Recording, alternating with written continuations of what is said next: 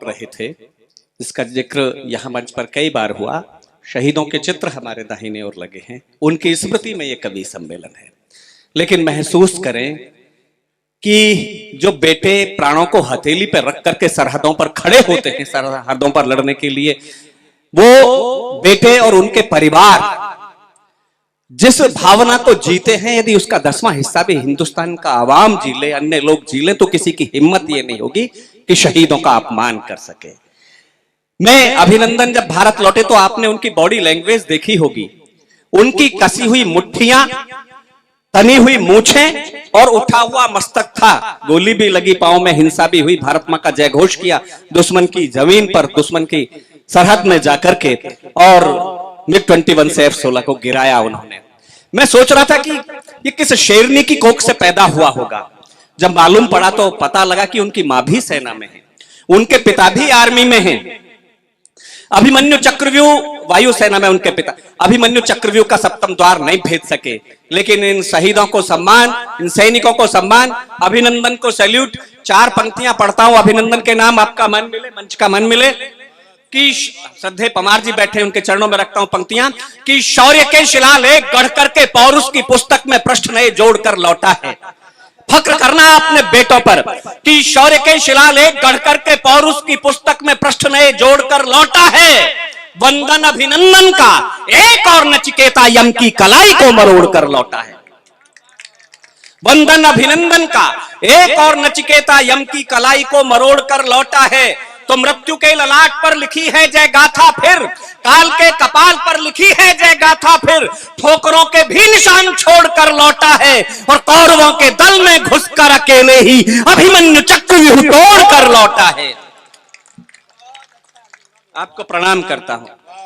4 पंक्तियां इस मुल्क के बेटों की ओर से पढ़ता हूं, एक वायुसेना की ओर से, एक थल सेना की ओर से, एक नेवी की ओर से। आपने इस मुल्क के बेटों का पराक्रम देख लिया। 12 मिराज लेकर के 21 मिनट के लिए सरहद के पार बेटे गए। 21 मिनट के लिए। वो जो कहता है कि हम कश्मीर को इंच इंच कश्मीर ले लेंगे हिंदुस्तान से, आप सोचना 21 मिनट की जगह 42 मिनट कर दिए होते, 12 मिराज की जगह 24 मिराज होते, 12 बेटों की जगह 24 बेटे भेज दिए होते सरहद के पार, तो आज दुनिया के नक्शे में होता। तब अपने बेटों पर फक्र करना। 4 पंक्तियां पढ़ता हूं कि खड़ा हुआ खंबा सा अचंभा करेगा विश्व, अंबर में ऐसी परवाज कर देंगे हम। सरहद के पार जाकर के गिराया F-16 को अभिनंदन ने। खड़ा हुआ खंबा सा अचंभा करेगा विश्व, अंबर में ऐसी परवाज कर देंगे हम। और भूतल पर मांगेगा शत्रु जिंदगी की भीख, सांसों के लिए मोहताज कर देंगे हम। भूतल पर मांगेगा शत्रु जिंदगी की भीख, सांसों के लिए मोहताज कर देंगे हम। सागर की लहरों में बड़वा नल जागेगा, बड़वा नल जागेगा सागर की लहरों में। आज तक जो न हुआ आज कर देंगे हम। और फिर कोई भारत से युद्ध ना करेगा कभी, इस बार अंतिम इलाज कर देंगे हम। फिर कोई भारत से युद्ध ना करेगा कभी, इस बार अंतिम इलाज कर देंगे। लेकिन कैसे करें साहब इलाज? इधर बेटे सरहद पर खड़े हुए, उन्होंने कुछ किया, उधर देश की राजनीति के पेट में दर्द होने लगा। बोले सबूत दीजिए हमें। मुल्क के बेटे सर्जिकल स्ट्राइक करके लौटे, सबूत दीजिए। एयर स्ट्राइक करके लौटे, सबूत दीजिए। इस मुल्क की राजनीति अपने जैसा चरित्र जब सेना का और इस मुल्क की वर्दी का समझने लगे, तब बोलना पड़ता है। 4 पंक्तियां बोलता हूं। यदि आपको लगे कि मैंने आपके बेटों के या सैनिकों के सम्मान में ये ठीक लिख दिया और इस देश की राजनीति पर तमाचे जैसी पंक्तियां मेरी लग जाएं गाल पर, तो आपकी तालियां उठें और मुझे सूचित करना, मेरे तक लौटाना अपने आक्रोश को। निवेदन करता हूं कि खड़ा हुआ कि सियासत ने सदा से ही की है मनमानी, अब शेरों को थोड़ी मनमानी कर लेने दो। जरा आदेश होता है वर्दी को, मानवाधिकार वाले निकल आते हैं साहब बहुत गलत हो रहा है, हिंसा हो रही है। कि सियासत ने सदा से ही की है मनमानी, अब शेरों को थोड़ी मनमानी कर लेने दो। 2-2 हाथ करने दो अलगाववादियों से, यादव जिहादियों को नानी कर लेने दो। 2-2 हाथ करने दो अलगाववादियों से, यादव जिहादियों को नानी कर लेने दो। तो काट शत्रुओं के झुंड मुंड की बना के माल, काल देवता की अगवानी कर लेने दो। और मिटने दो धरती से पाप की निशानी, अब खत्म पाकिस्तान की कहानी कर लेने दो। मिटने दो धरती से पाप की निशानी, अब खत्म पाकिस्तान की कहानी कर लेने दो। साहब देश की राजधानी में कन्हैया कुमार और उमर खालिद ने नारे लगा दिए, भारत तेरे टुकड़े होंगे इंशाअल्लाह इंशाअल्लाह। मैं विरोध की 4 पंक्तियां दर्ज करता हूं पूरी तहजीब और शालीनता के साथ। मैंने शालीनता के साथ अपना विरोध दर्ज करा दिया हो तो हस्तिनापुर जिस तरह से कविता सुनता है उस तरह से मुझे मन देना कि जिस थाली में है खाया। और प्रणाम आपको इसलिए भी करता हूं साहब, आपने पिछले चुनाव में, लोकसभा के चुनाव में ये कह दिया, ये बता दिया मुल्क की राजनीति को, ऐसी राजनीति को जो देश को तोड़ने की बात करती हो, कि आप भारत मां को टुकड़े, भारत मां के टुकड़े करने की घोषणा करने के बाद, भारत मां के टुकड़े करने के स्वप्न देखने के बाद देश की सबसे बड़ी पंचायत में नहीं बैठ सकते। कन्हैया कुमार को हरा करके आपने, मैं 4 पंक्तियां पढ़ता हूं, आपका मन और तालियां चौथी पंक्ति पर मोहर लगा दे कि मैंने आपके मन को स्वर दिए हैं, मन को भाषा दी है कि जिस थाली में है खाया उसमें ही किया छेद, मन प्राण आत्मा के अंश को लजा दिया। जिस थाली में है खाया उसमें ही किया छेद, मन प्राण आत्मा के अंश को लजा दिया। भाल पे लगा दिया कलंक निज पुरखों के, त्यागी बलिदानियों के वंश को लजा दिया। भाल पे लगा दिया कलंक निज पुरखों के, त्यागी बलिदानियों के वंश को लजा दिया। उगला जहर ऐसा मातृभूमि के विरुद्ध, सैकड़ों विषैले सर्प दंश को लजा दिया। और जन्म दे के तुझे तेरी मैया पछताई होगी, कैसा है कन्हैया तूने कंस को लजा दिया। जन्म दे के तुझे तेरी मैया पछताई, कैसा है कन्हैया तेरे।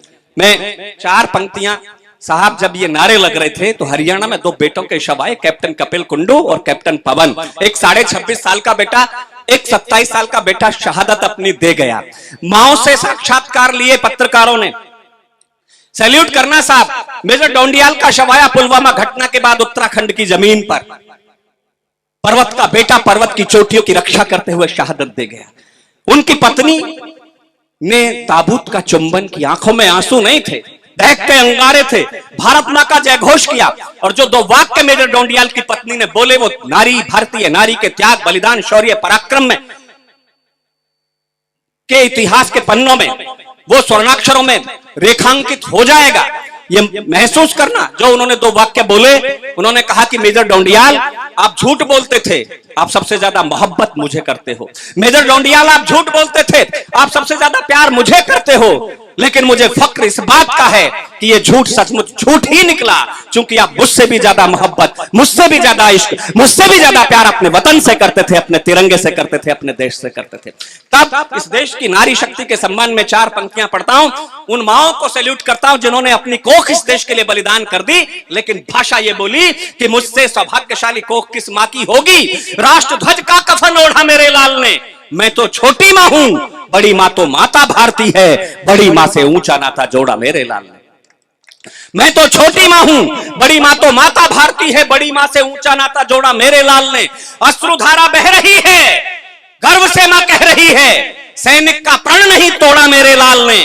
शत्रु शीश फोड़ दिए, चाहे प्राण छोड़ दिए, हाथ से तिरंगा नहीं छोड़ा मेरे लाल ने, हाथ से तिरंगा। उन माओं को सैल्यूट, उन माओं को प्रणाम। मैं लेकिन जो स्वर सरहद के पार से आते हैं, अब दिल्ली का तेवर बदला, हम भी सैल्यूट करते हैं। हमने कभी राजनीति की प्रशंसा नहीं की, लेकिन जो देश के लिए कुछ कर जाएगा, जो देश के लिए जरा भी सोचेगा, कविता उसके सम्मान में खड़ी होगी। लेकिन जो देश का विरोध करेगा, कविता उनके विरोध में खड़ी होगी। उधर से स्वर आया, हम इंच इंच कश्मीर को छीन करके पाकिस्तान में मिला लेंगे, वो बिलावल है नहीं वो, वहां से मैं आपके मन की 4 पंक्तियां सरहद के पार भेजता हूं कि न करने के लिए केवल अहिंसा जाप बैठा है, न करने के लिए केवल अहिंसा जाप बैठा है, ये हरने के लिए आतंक का अभिशाप बैठा है। बिलावल होश में आओ, गए सरदार मनमोहन कि हिंदुस्तान की गद्दी पे तेरा बाप बैठा है। हिंदुस्तान के सैनिकों के हौसले बढ़ाए, इस देश का हौसला बढ़ाया, सिवान के साथ खड़े हुए जब इसरो में जाकर के, तो उसको हिम्मत दी, यही नेता का काम होता है। मैं कुछ पंक्तियां इस मुल्क के बेटों के लिए इस कार्यक्रम में आता हूं तो इसलिए पढ़ता हूं कि मैंने उनकी पूजा, उनकी वंदना, उनके बलिदानों को प्रणाम करने के अतिरिक्त कुछ लिखा ही नहीं। मुझे कभी इस मुल्क की नौजवान पीढ़ियों से कोई शिकायत नहीं रही।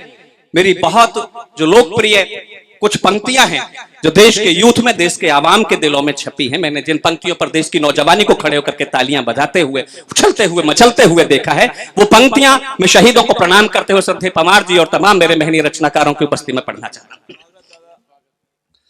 कि इनसे भले ही व्यवहार में हो भूल चूक, फिर भी ये मस्त जिंदगानी काम आएगी, इनसे भले ही व्यवहार में हो भूल चूक, फिर भी ये मस्त जिंदगानी काम आएगी।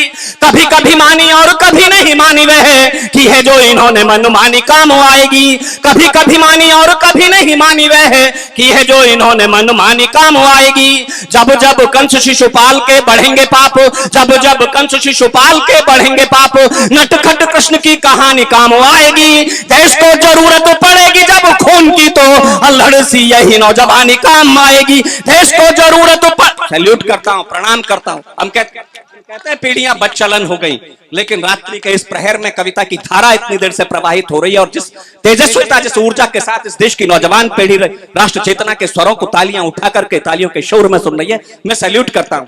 चार पंक्तियां इस नौजवान पीढ़ी के समर्थन में और पढ़ता हूं। 13 दिसंबर 2001 सबको याद है, जब लाल किले से आपकी भाषा बोलने वाली राजनीति मेजों के नीचे छुपने की जगह खोज रही थी, तो इस मुल्क की यही नौजवान पीढ़ी अपना रक्त देकर के विश्व के सबसे बड़े लोकतंत्र के मंदिर को गिरने से बचा रही थी। न केवल 7 बेटे उसमें शहीद हुए, एक बेटी भी शहीद हुई जिसका नाम था कमलेश कुमारी। हम वर्दियों को गाली देते हैं, लेकिन 4 पंक्तियां संभालना और उछालना, इस कवि सम्मेलन को थोड़ा मन देना, समर्थन देना। लगे कि आप जैसे अभी बैठे ताजा कवि सम्मेलन सुनने के लिए, थके नहीं है, ये मुझे महसूस करा देना कि पथभ्रष्ट होने का कलंक जो लगाया गया, हमने वो आत्म बलिदान से मिटा दिया।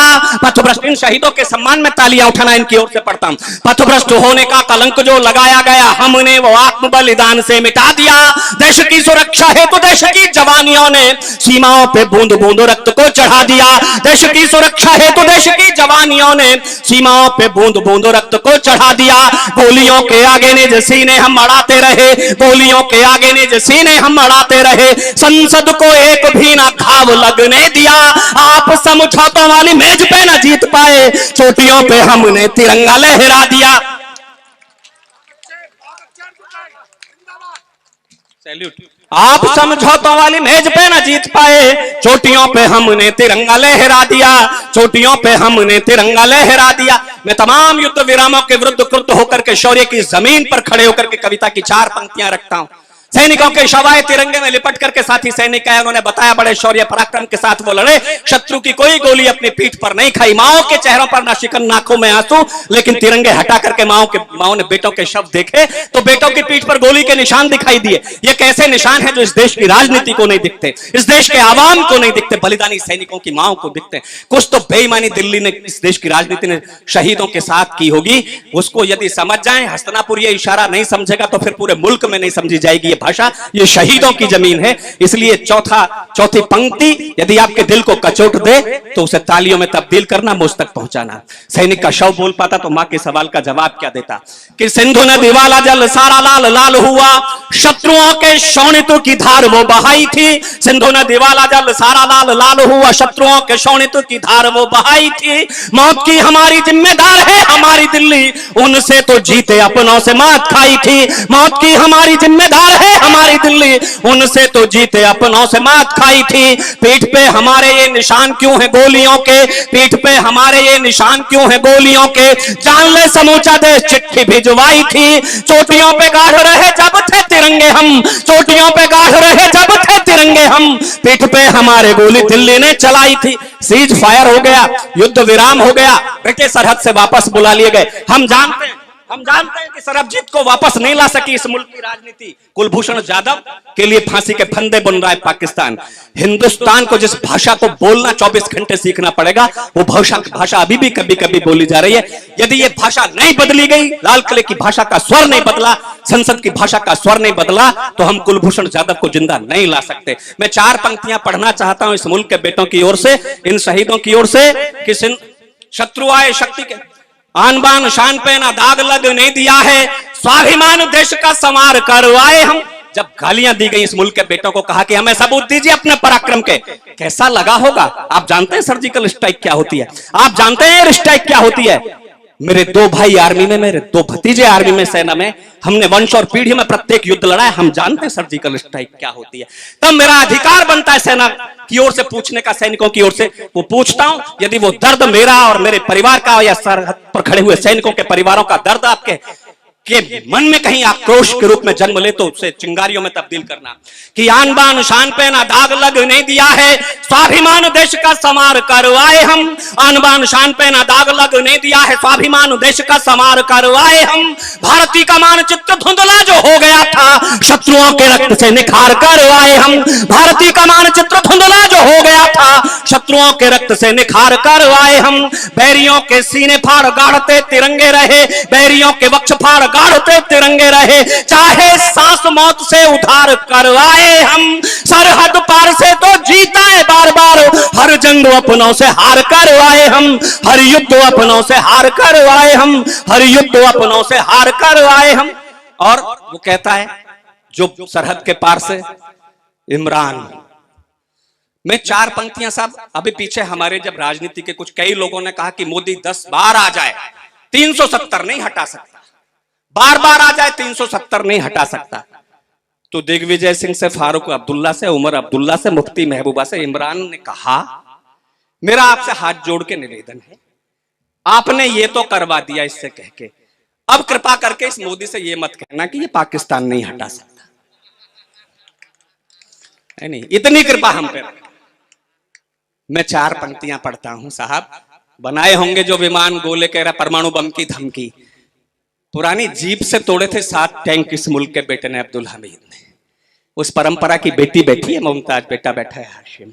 मैं 4 पंक्तियां साहब पढ़ना चाहता हूं, आपके मन तक पहुंच जाए तो मुझे सूचित करना कि शत्रु आए शक्ति के गुमान से भरे हुए जो, शत्रु आए शक्ति के गुमान से भरे हुए जो, सीमाओं पे दंभ उनका निचोड़ दिया है। शत्रु आए शक्ति के गुमान से भरे हुए जो, सीमाओं पे दंभ उनका निचोड़ दिया है।